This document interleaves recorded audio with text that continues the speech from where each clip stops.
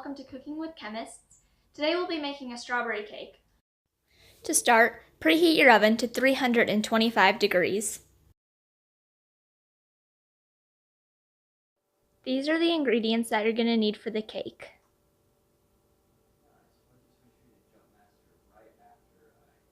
And these are the ingredients that you're going to need for the icing. The cream cheese and butter are going to need to set out and be room temperature before you begin. So let's get started. First off, you're going to pour in your white cake mix into the mixer. Next, you're going to add your Jell-O mix.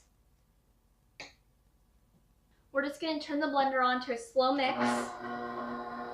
And then we're going to add in 2/3 cup oil, 1/2 cup of water, 2/3 cup of strawberries, and then your 4 eggs.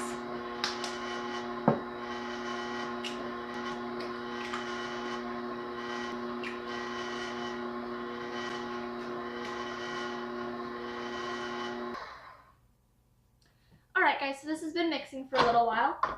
So you're just gonna take this off. And as you can see, I have 3 cake pans here. And we're gonna spray it with this oil so that the cakes don't stick. Make sure you get it pretty good because they will stick.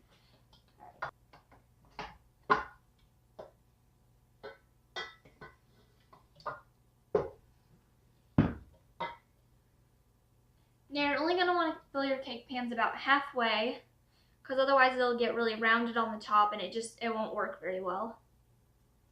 So we're just going to put a little bit in each one.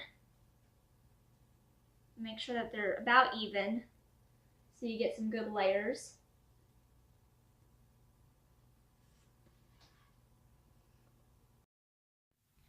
And now the cakes are ready to be put in the oven.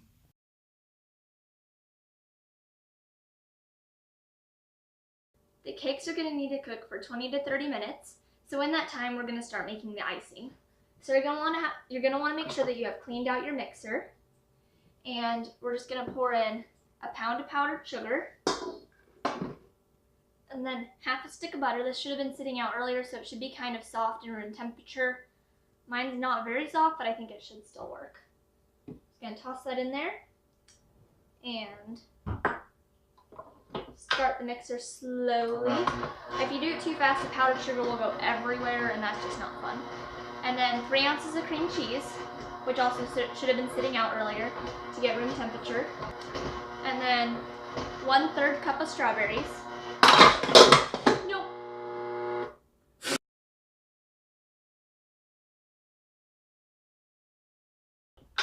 Alright. So once you have successfully retrieved the bowl of strawberries that we previously dumped into the mixer, you're going to go ahead and keep it going for at just a low speed. And we're going to just take a dash of salt and just boop right in there. Maybe another one if you want it just a little saltier. Just boop.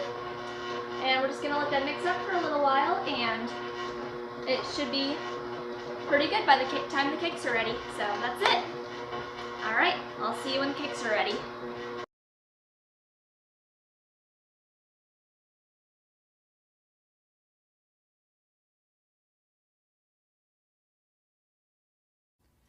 As you can see, the cakes are out of the oven, but they're not completely cooled off yet, which is perfect because you want them to still be a little warm so that the icing can melt into them. Alright, so we're just going to put a thin layer of icing between each cake.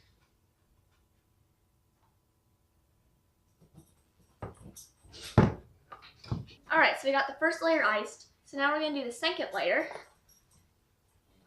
But we're going to flip this one over and put it down. And we're going to put a thin layer of icing on that. So we're going to put a thin layer of icing over that. Probably should have just dumped a little bit.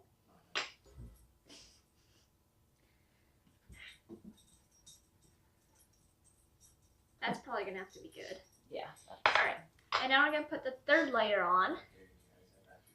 But this one can just be upside down. This helps the cake be flat on top. And we're going to just pour the icing over it and it should give it a really cool look. Ooh, it's dripping off the sides, so we're just gonna kind of not let it make a huge mess. But it is a delicious cake, so who cares if it's messy, right? All right, I'll just go in the fridge for it. I mean, it depends on if you want it cold or if you want to eat it like it is. Let's just eat it like it. And that's all. Thank you for joining us on Cooking with Chemists.